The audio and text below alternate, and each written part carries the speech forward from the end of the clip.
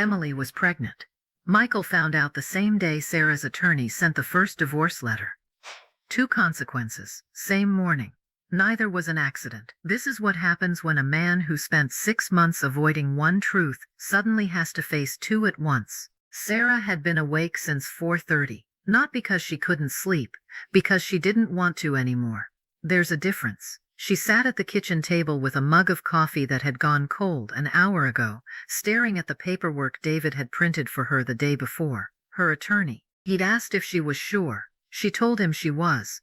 She wasn't sure about much anymore, but she was sure about this. The papers were simple. Petition for dissolution of marriage. Irreconcilable differences. No custody issues to resolve. No children. Michael had always said they'd wait until he made partner at the firm. That was 3 years ago. The waiting kept extending. She used to think it was about timing. Now she understood it was about keeping his options open. She signed the first page at 5:18 in the morning. Her hand didn't shake. That surprised her. Michael was still asleep upstairs. He'd come home late the night before. Said he had a client dinner. She didn't ask which client. She used to ask. For weeks after she found out, she kept asking questions, kept giving him chances to tell her the truth. He never did, so she stopped asking. She started planning instead.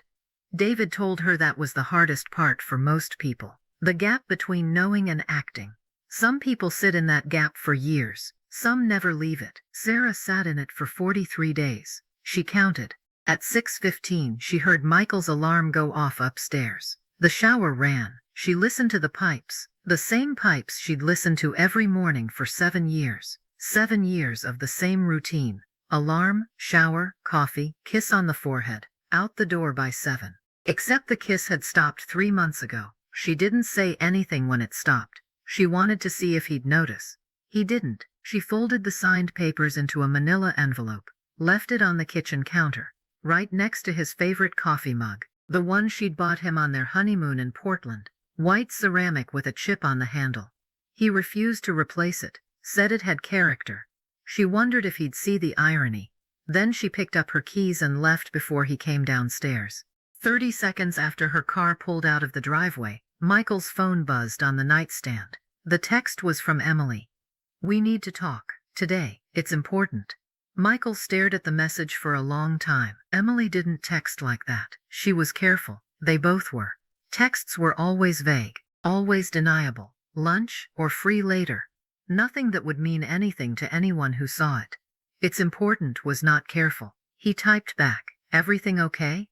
3 dots appeared immediately, then disappeared, then appeared again. "Not over text. Can you meet me?" Michael felt something tighten in his chest, the kind of tightness that comes right before bad news. The kind your body knows about before your brain catches up. He suggested the parking garage on 5th Street, the one behind the old movie theater that closed 2 years ago. They'd met there before. It was always empty. No cameras, no witnesses. Emily replied with a single word. Noon. If you're still watching, you already know how this ends. But the thing about knowing the ending is it doesn't make the middle any easier. Subscribe if you want to see how people handle the moment everything they built collapses at once. Michael went downstairs at 6:40, same as always. He didn't notice Sarah's car was already gone. He poured coffee into his mug, the one with the chip. He took 2 sips before he saw the envelope. His name was on it. Handwritten, Sarah's handwriting, neat, controlled letters. She used to leave him notes in the mornings when they first got married, small things. "Have a good day," or "Love you." He'd find them in his jacket pocket or tucked into his laptop bag. This envelope wasn't tucked anywhere. It was sitting in the center of the counter. Impossible to miss. He didn't open it. He told himself he'd look at it later. He had a meeting at 8. He had emails to answer. He had a text from Emily he still didn't understand. He left the envelope where it was, took his coffee, walked out the door. The mug stayed on the counter. He forgot it. First time in 7 years he left the house without finishing his coffee. Sarah was already at David's office by 7:30. She didn't have an appointment. She just sat in the waiting room until he arrived at 8. He saw her through the glass door and unlocked it without saying anything. "I signed them," she said. David nodded. He'd been a family attorney for 19 years. He'd seen this moment enough times to know when someone needed to talk and when they needed silence. Sarah needed silence.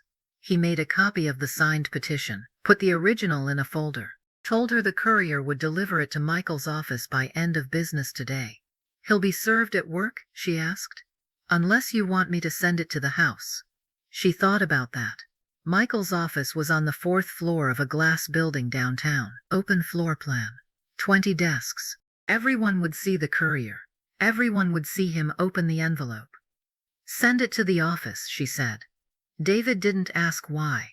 He already knew. When someone spends 43 days sitting in the gap between knowing and acting, they've thought through every detail. They've imagined every reaction. They know exactly what they want the other person to feel. Sarah wanted Michael to feel what she felt the morning she found the receipt in his jacket pocket. The Starbucks receipt with 2 drinks. One was his usual order. The other was a vanilla latte with an extra shot. Sarah doesn't drink vanilla lattes. Emily does. She wanted him to feel exposed. At 11:50, Michael pulled into the parking garage on 5th Street. His hands were shaking. Not a lot.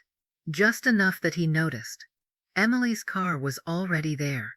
A silver Honda Civic parked in the far corner. She was sitting in the driver's seat. He could see her silhouette through the tinted window. He parked 3 spaces away. Got out. Walked over. She rolled down the window but didn't get out. "Hey," he said. She looked at him. Her eyes were red. Not crying red. The kind of red that comes after crying.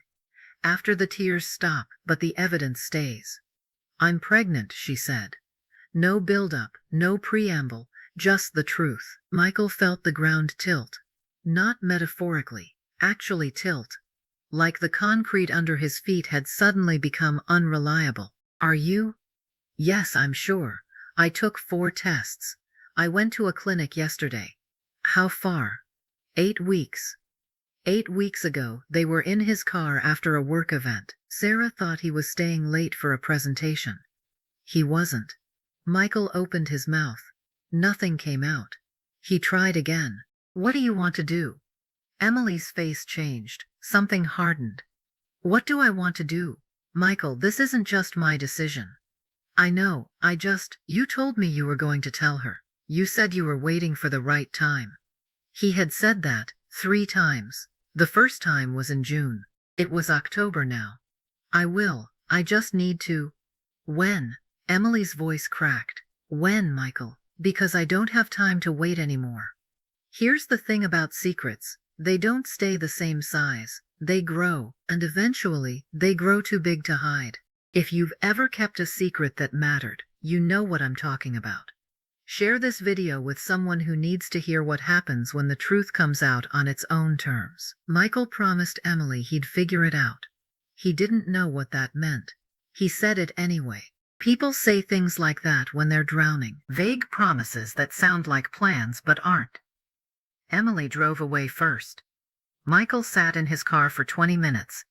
He didn't turn on the engine. He didn't check his phone. He just sat there, staring at the concrete wall in front of him. At 2:30, a courier walked into Michael's office building carrying a manila envelope. Michael's desk was near the window.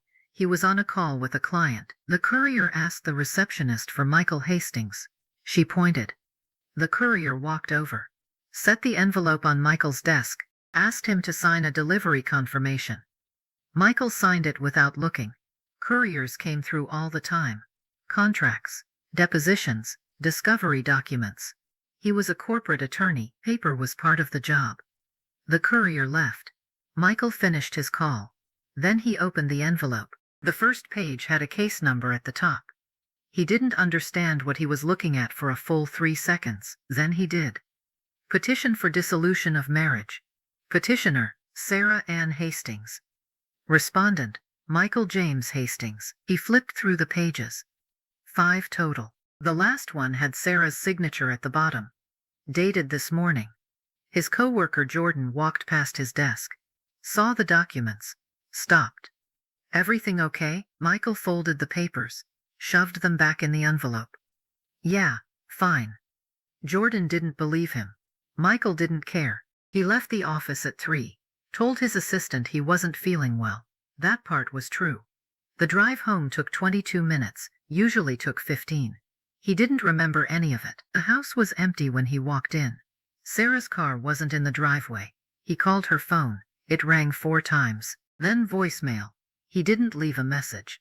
He walked into the kitchen. His coffee mug was still on the counter.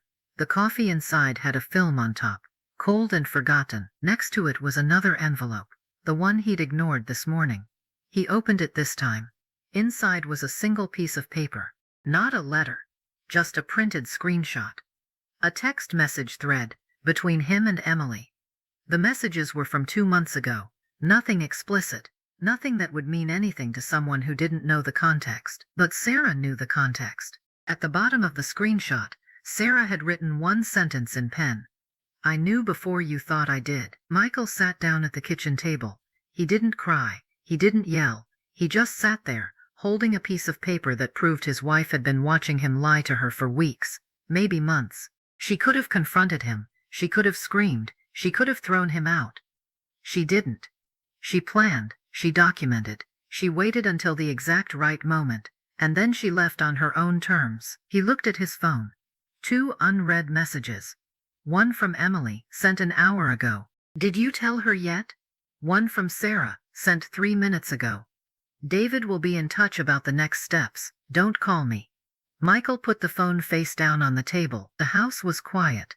The kind of quiet that isn't peaceful. The kind that makes you aware of every sound you make, every breath, every movement. He thought about calling Sarah again. He didn't.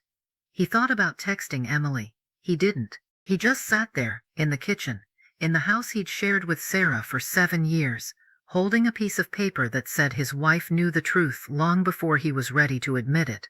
And somewhere across town, Emily was sitting in her apartment, staring at a positive pregnancy test, waiting for a phone call that wasn't going to come, and Sarah was sitting in a hotel room she'd booked 2 weeks ago, staring at the ceiling, feeling nothing and everything at once. 3 people, 3 different rooms, all wondering the same thing. How did it come to this? But they all knew the answer.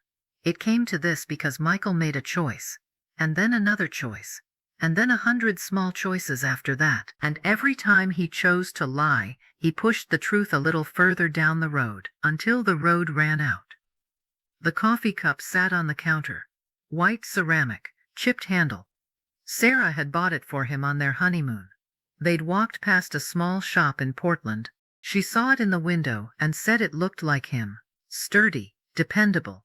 He laughed and said that was the least romantic thing anyone had ever said to him. She bought it anyway. 7 years later, it was still there. The only thing in the kitchen that hadn't changed. Michael picked it up, ran his thumb over the chip. Then he set it back down. Some things break clean. You drop them and they shatter and you know immediately that they're gone. Other things break slowly. A crack here, a chip there. You keep using them anyway because they still work. They still hold coffee. They still look the same from a distance. But up close, you can see the damage. You can see where the pieces don't quite fit anymore. Michael looked at the coffee cup. Then he looked at the divorce papers. Then he looked at the text from Emily. And he understood, finally, that there are some things you can't fix by pretending they aren't broken.